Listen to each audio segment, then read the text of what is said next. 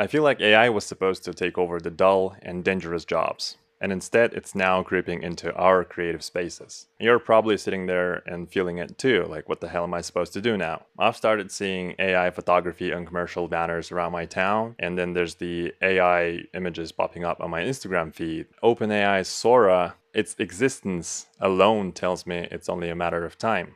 We're at the edge of the cliff right here, with the threat of becoming obsolete. But is it really that bad? I didn't think so until very recently. I was deeply confident in myself and my directing abilities, and it kept me at peace for a long time. And then this happened. I'm a journalism student from Curtin University.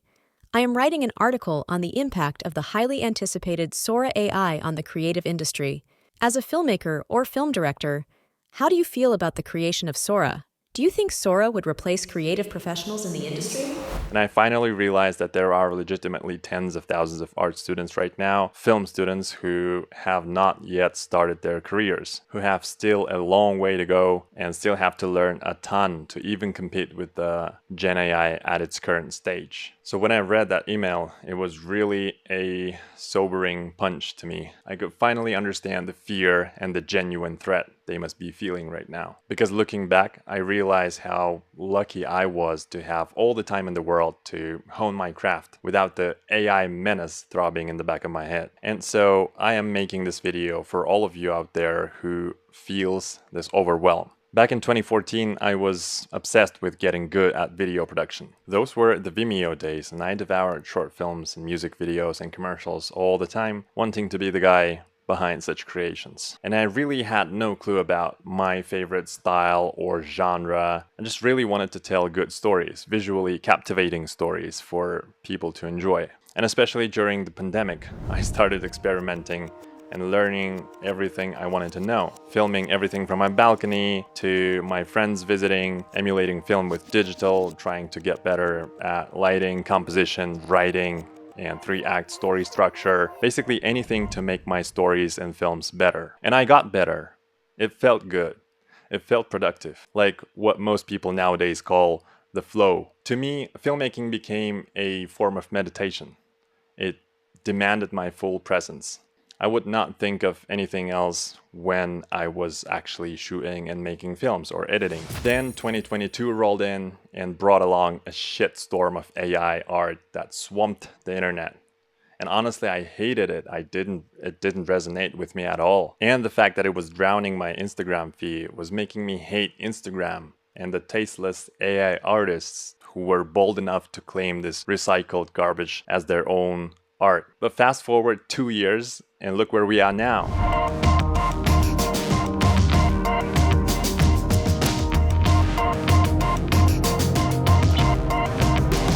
Now, having watched that, tell me, do you think there's a chance, a slight chance, this may be passable and could replace most of the creators out there?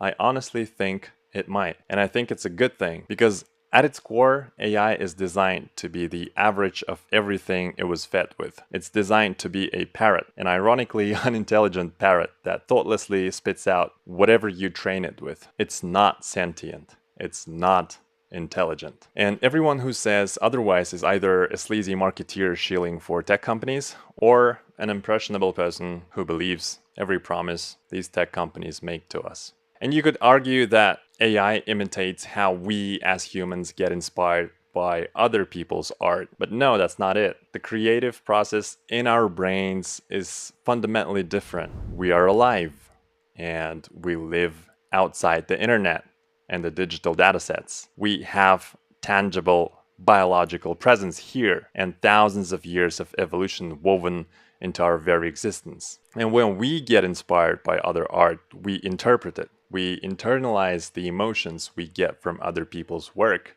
synthesize it with our own perspective and life experiences, and then create something new, something else. We are flawed and we are imperfect. That's actually the topic I explore with my latest short film, Flawsome, by the way. If you want to watch it, go watch it. So what I'm trying to say here is we can be intentionally bad if we want to. We can be deep or shallow because we understand the context of the physical world that we live in.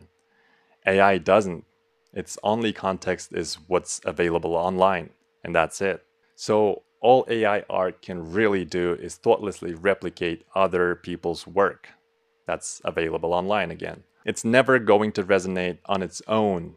It needs creative input from you, from the creator, from people operating it. However, when it comes to the absolute majority of today's artists, freelancers, filmmakers, and videographers, are we actually all that original? I think we need to evaluate our work and be as detached as we could possibly be while doing it. What do we bring to the table? What are we paid for in our work? Is it just creating a clean, noiseless video with good audio and smooth transitions? Is it the same teal-orange color grading no matter what the story is being told? Or is it just stable gimbal footage all day, every day? What is it? Because I get a feeling that the people who are truly scared right now are the people who got too comfortable making the same shit over and over and over again and getting paid good money for it. And where's the creativity in all of that? Because if that's all you can do, then you're no better than a thoughtless AI parrot, just replicating other people's work.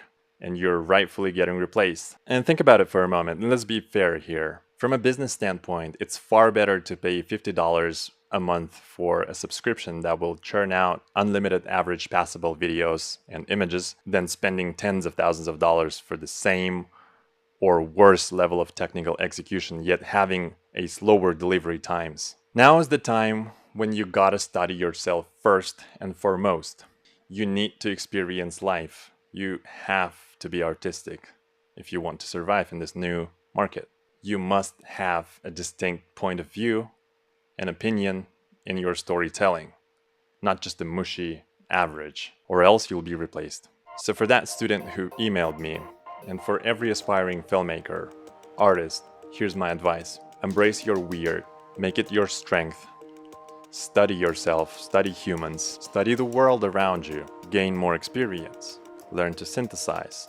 Because that's what art is, that's what resonating storytelling truly is. Learn how to use these AI tools in your own workflow. The importance of having your voice in this day and age is more critical than ever before thanks to AI. So I hope this gives you a fresh perspective if you're feeling stuck and overwhelmed. Let me know what you think about all these AI tools down in the comments, and I'll see you in the next one.